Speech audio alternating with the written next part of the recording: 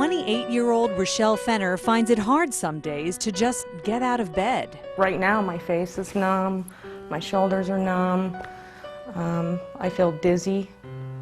I just don't ever feel good. It's debilitating. I can't work full-time. I suffer quite a bit. The stories told by Rochelle Fenner and Mary Orsino echo those of young women across the country, women whose doctors have prescribed Lupron Depot for endometriosis, a medical condition that causes pelvic pain, irregular bleeding, and possible infertility. After I took the Lupron, then I started having more and more things go wrong. Mary's been off Lupron for nearly 5 years.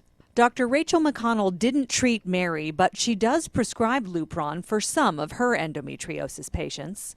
One of the biggest side effects I've always been concerned about has been osteoporosis or osteopenia developing.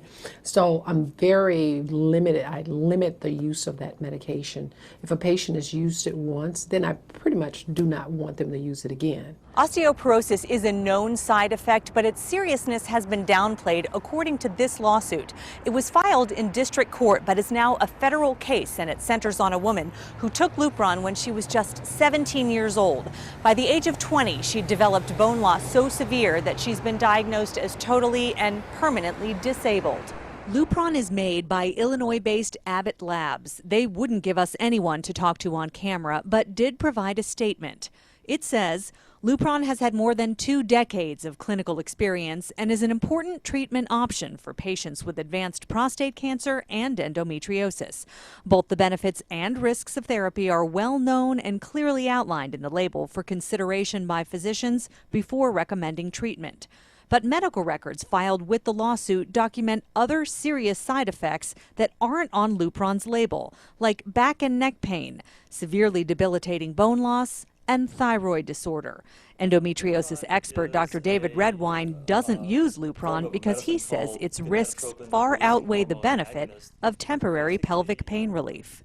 One of the disturbing things is that some of these side effects seem to be long-lasting in women, even women who have been off Lupron for months or years. In this document Abbott filed in the federal case, the manufacturer says Lupron is neither defective nor unreasonably dangerous when properly prepared and accompanied by proper warnings and instructions for use.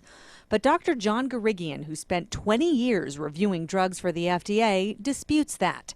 In an expert opinion he submitted for the federal lawsuit, he says the manufacturer intentionally suppressed knowledge about the real danger associated with the use of Lupron, misleading both prescribers and patients. He says their studies are inadequate and they've failed to put warnings in the Lupron labeling about known adverse events, which were reported to FDA and known throughout the medical community. I really wish the FDA would take a harder look at that. Something needs to be done. The FDA has more than 12,000 adverse events from Lupron patients on file right now, including more than 1,100 deaths. Most are men taking Lupron for advanced prostate cancer, and as a result of our inquiry, the FDA is evaluating Lupron's safety as a prostate cancer treatment. But women are dying too, and we wanted to know who's looking out for them. We wanted to ask the FDA how many reports it takes before the government takes action. I sent numerous emails and made repeated phone calls to ask why they collect the data if it doesn't trigger something. When does a red flag go up? So far, they haven't answered any of those questions. But they say they continue to monitor patient complaints, and if they see potential for a widespread problem, the agency will take action as needed. Abbott Labs says everything about Lupron, from design through marketing, complied with federal law. But here's a little perspective for you. According to Dr. John Garigian, the former FDA medical officer, FDA approval of a new drug is based entirely on medical studies and information provided by the manufacturer. The manufacturer is also responsible for the drug's safety both before and after it goes on the market. FDA acknowledges the agency rarely withdraws a drug from the market without the approval of its manufacturer. Darcy Spears, Channel 13, Action News.